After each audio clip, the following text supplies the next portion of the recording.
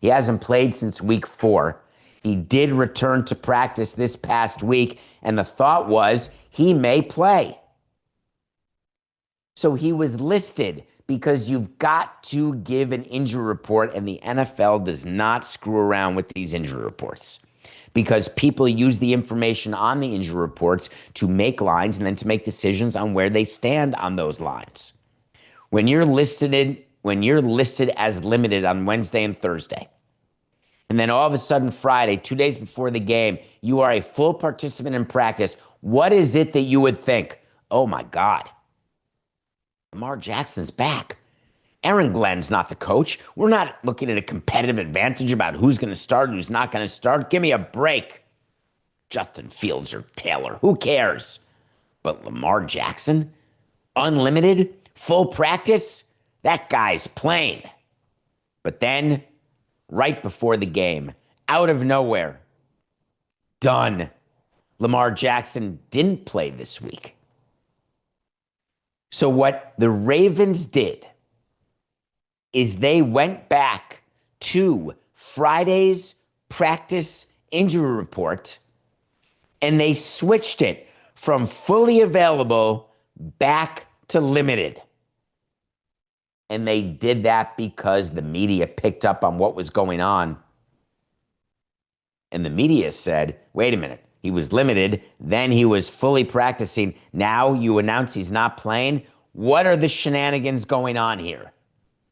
So much so that Harbaugh, the coach of the Ravens, had to come out and say, man, it's really an honest mistake.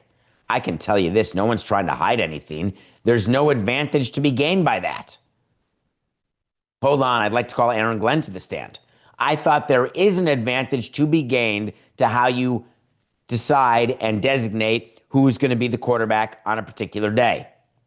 So are you saying there's no advantage, so Aaron Glenn is wrong? Because I'm saying that. So if it's true there's no advantage, okay, then why the mistake? Why go back and retroactively change it from fully available to limited? Why cover your tracks when the cover-up is worse than the crime half the time? Do you know what Harbaugh did on Sunday? This is my favorite thing when a manager does. I'll tell you what first of all, I think I'd fire him. Harbaugh said, hey, just so you know, I got nothing to do with this. I don't do the designations. I don't even see it. I'm not involved in designating the practice participation levels of players. That's all done by the trainers and the PR staff. He's lying to you, just so you know. The GM and the coach of the team, that injury report is not publicly discussed or submitted until approved by the higher-ups. We do an injury report after every game. I get an injury report of every player, the status. Day 69 of Tommy John, post-surgery. Lightly tossing 30 feet. Day 7, hamstring, grade 2. Can't wipe his tushy. I get the full report. Then we talk to the manager and decide what we are going to tell the public. In football, because of the amount of gambling that is done. In baseball, less gambling, same issue. Do you know that before a game, you have a roster and that your roster includes the players eligible to play for the game, but you don't actually have to say who's playing that game until you submit your lineup card?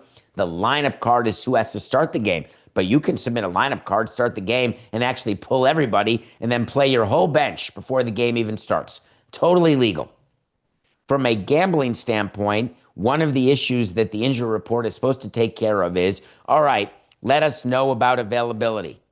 And the NFL has been super married to the concept of not screwing around with the injury designations during the course of a week. There's a whole, these shows, these networks do injury report updates. Why? Because customers want it. If you think for a hot second that the coach of an NFL team has nothing to do with that injury report, then you are delusional, is the only word I could use to describe it. It absolutely is a problem for Harbaugh and for the Ravens. So what happens here?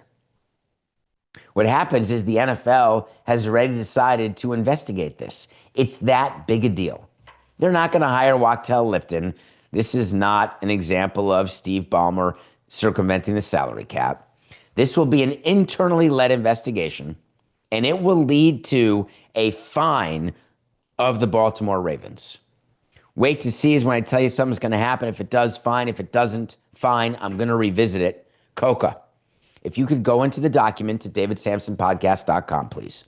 If you could go to the tracking document where everybody has the ability, every one of our audience, and even those who just Google who killed the Montreal Expos, you have the right to see every word I've ever said, every pick, every wait to see, every word of the day, every movie I've reviewed. This is an official wait to see. The Baltimore Ravens will be fined by the NFL for the injury report mistake. They will not lose a draft pick. They will simply be fined. Wait to see.